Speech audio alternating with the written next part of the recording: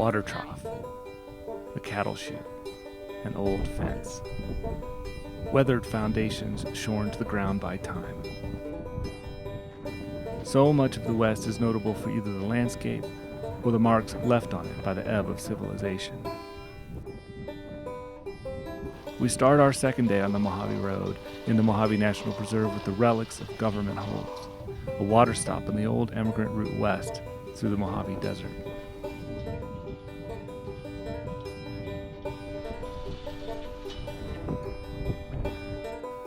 It's fun experiencing places like this with children. They know what's interesting about this stuff and they don't need a guidebook to tell them. A well is for splashing, a fence is for climbing, and a cattle chute is a great place to jump from.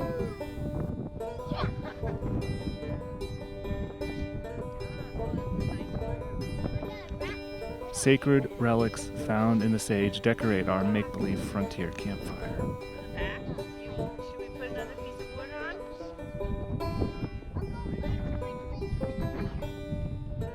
We leave no further marks on this landscape beyond a slight rearrangement of items we found there and flow off down the road. Enchanted ravens and mountain dwarfs, sand elves and dubidai. As he went on with his story, the basilisk. Finally, as the sun outside was sinking in the sky, Nettlebrand climbed the dragon's mountain. His armor melted in blue dragon fire, and a toad hopped out of his mouth.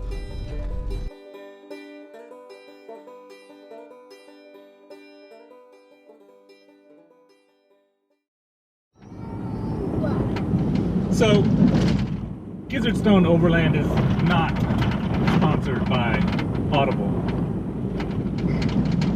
Audible.com is an online library of audiobooks with thousands of downloadable titles from authors old and new all over the world and probably different languages. We only listen to the English ones. Gizzardstone Overland, however, is made a lot more tolerable by Audible and audiobooks. On our overlanding trips, we listen to a lot of audiobooks, and we have to turn it up loud. Very loud. Some titles that we think you'll enjoy overlanding as a family, as we do, are one of our favorites. What's your favorites, Bud? Dragon Rider. Dragon Rider. Dragon Rider is a book by... Really good. I wrote it. It's really good. Dragon Rider is Cornelia Funk, and it's read by Brendan Fraser, the actor. Very, very good. And another one that we really like is what? We like the Series of Unfortunate Events by Lemony Snicket. Those are read by Tim Curry, the actor. Very good reading. And another favorite of ours is Matilda by Roald Dahl. And that one is read by Kate Winslet. And BFG. And Charlie the Chocolate Factory. We've listened to all those. So if you enjoy overlanding and you have kids and you all enjoy a good audiobook, I do suggest you try audible.com. And maybe in the future they will sponsor us, in which case you'll be able to click a link like audible.com/gizzard or audible.com/gizzardstone or something like that, and you can get a free audiobook. Or you could just go to one of the other great YouTubers or podcasters that you listen to, and they'll get a cut of your free audiobook when you go. Or just go and get a free audiobook. The point is, you should listen to audiobooks. Anyway, that's what we listen to on the road. Whoa. Post a comment if you have any other good kid family books that you think that we might enjoy, and we'll definitely check them out. All right, back to the show. Back to the show. Yeah, back to the show. Wow, in the world. Right?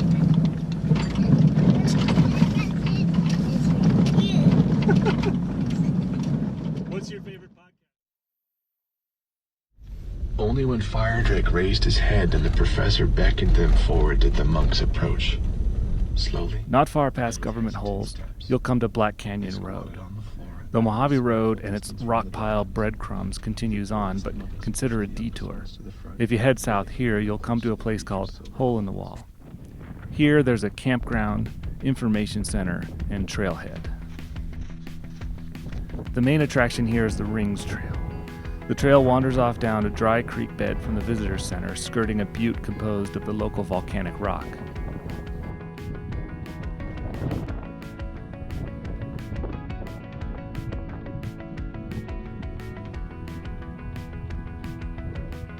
There are many rocks to stop and climb, and the kids made the most of their time out of the truck.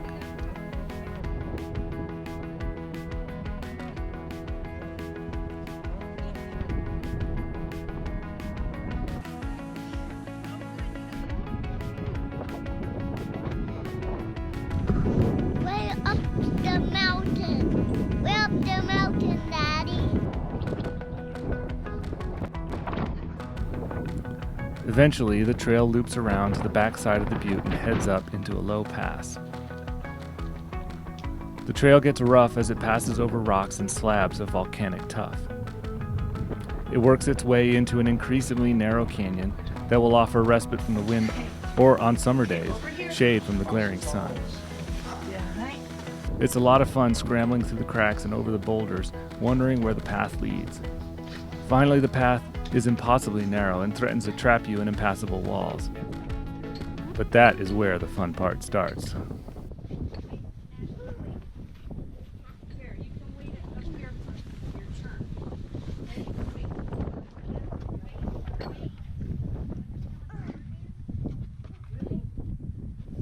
job, bud. Alright, now we better crawl up this.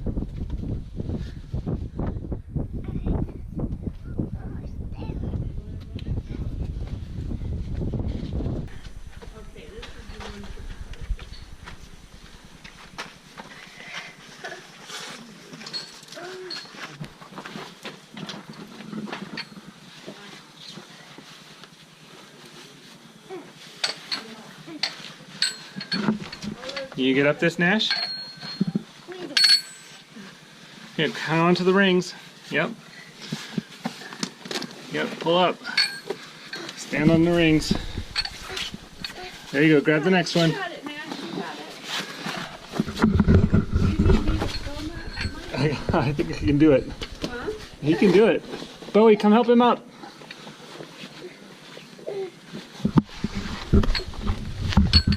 Next, baby, grab onto that. Grab onto this. Grab the other ring, there you go. And pull yourself up. Woohoo! Good job. Baby, go. Thanks, Bowie. Now grab onto this ring. Bowie, you're such a good climber. I'm glad you can help your brother. Mommy. Can I come up? Come on up. Are you ready? You ready for me? Yeah. Okay. It goes climb. Are you coming up? You need some help?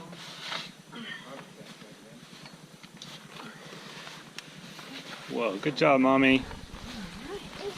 Go up there? Yeah. All right.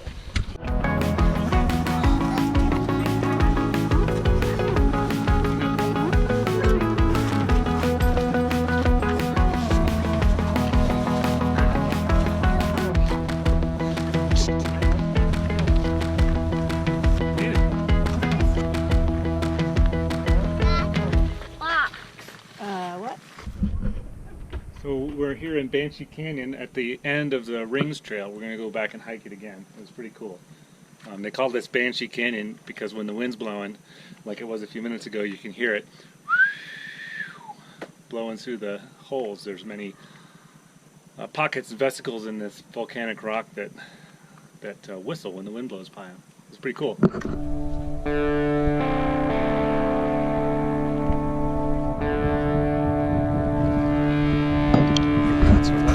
So lest you thought there was no four-wheeling in this episode, we're now on our way to Foshay. But wait a minute, what was that? So we're on our way to Kelso, and we're at the turnoff, when I noticed something on the side of the road. It's a good thing we missed the turn because I wouldn't have seen it. This is it's right over here.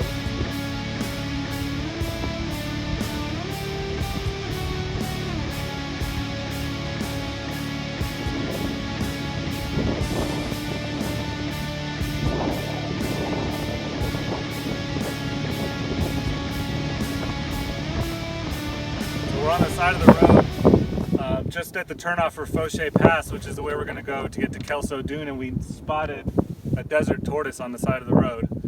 He's alive, he's just sitting there, although it could be a girl, we don't know how to sex a tortoise. But sitting there right by the line, we have this tortoise sighting reporting form because they're a protected species. So we filled out the form, we got a GPS coordinate, and took some pictures, and when I get to a signal, we'll email this in to Danette Wu at the National Park Service. Now we're going to head over to Kelso Dune. Okay, all right, back on track. The Foshay Pass crosses the Providence Mountains from Black Canyon Road to Kelbaker Road. It's a fairly good road for the most part, though bumpy and washed out in places.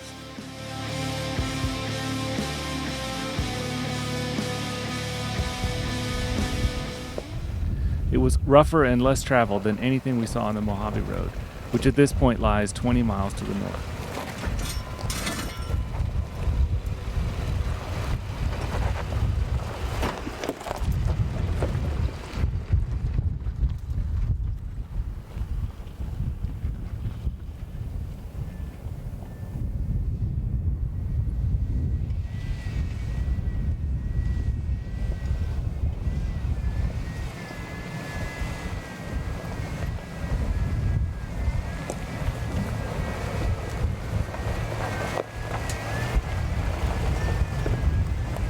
The road climbs to the summit through beautiful high desert scrub brush.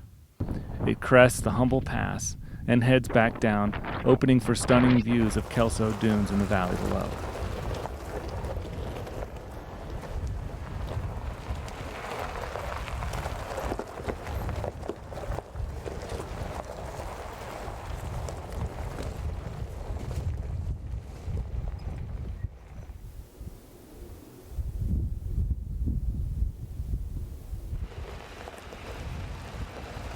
We headed down slope as the wide valley opened before us, revealing our next activity and campsite at Kelso Dune.